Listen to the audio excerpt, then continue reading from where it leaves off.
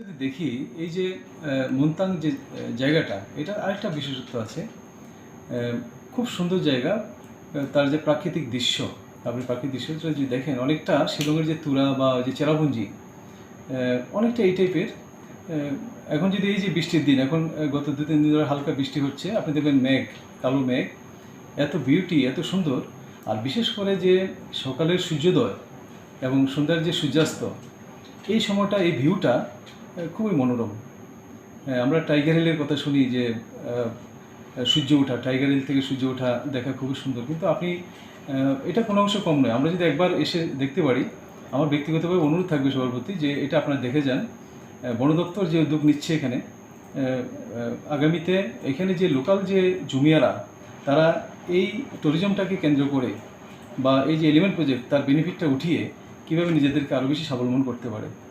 আর আমি অবশ্যই বলবো যে আমরা প্রাকৃতিক সৌন্দর্যটা দেখার জন্য না, শুধু আমাদের যে ত্রিপুরা যে জনজাতি ভাই এবং আমাদের যে উভয় অংশের লোক, বাঙালি এবং উপজাতি, তাদের মধ্যে মৈত্রী যে সেতু, এই ছোট অংশ যে মন্তাং, তাকে কেন্দ্র করে গড়ে উঠতে পারে, সেটা আমার বিশ্বাস। তার জন্য আমরা চেষ্টা চালিয়ে যাব। অ্যাকচুয়ালি আমরা যদি দেখি, এখানে মন্তাং বলে একটা যে জায়গাটা, এটা আসে যে কাকড়াছড়া, এখানে নোনাছড়া এডিসি ভিলেজ, তার আন্ডারে। এখানে আমাদের ফরেস্ট ডিপার্টমেন্টের অনেকগুলো জেএফএম কমিটির কাজকর্ম চলছে। এবং আপনি যদি যান, এর মধ্যে দেখবেন এই যে মন্তাং যে জায়গাটা আমরা জানি, সেটা ইকোট্যুরিজম পয়েন্ট অফ ভিউতে খুব সুন্দর জায়গা।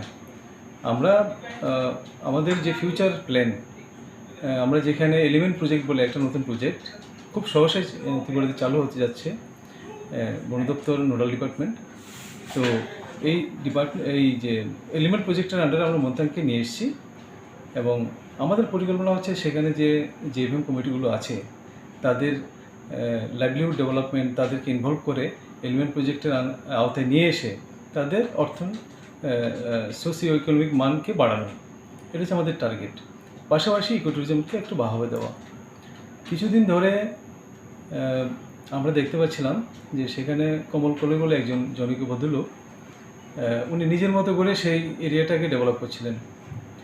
বারবার নিষেধ করার পরেও উনি শুনছিলেন না আমাদের কথাগুলো, কারণ এরিয়াটা হচ্ছে প্রজেক্ট এরিয়া ওই কমিটিগুলোর।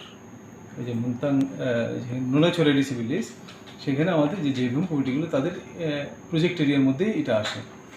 আমাদের কতগুলো নিয়ম আছে, আমরা নিয়মের বাইরে কাজগুলো করতে পারি না।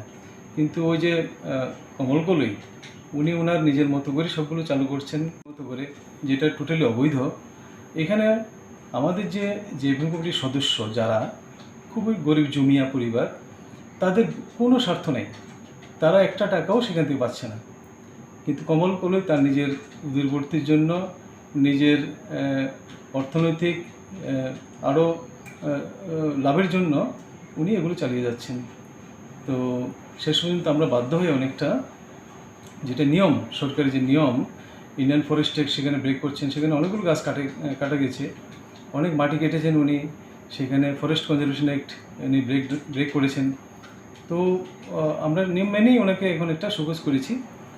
এখানে উনি কেন অবৈধভাবে এটা করছেন, তার কারণ ব্যাখ্যা করার জন্য। তো আগামী বুধবার ওনাকে সময় দেওয়া হয়েছে, উনি আসবেন। এরপর যা হবে নিয়ম মেনেই হবে, আইন মোতাবেকই হবে।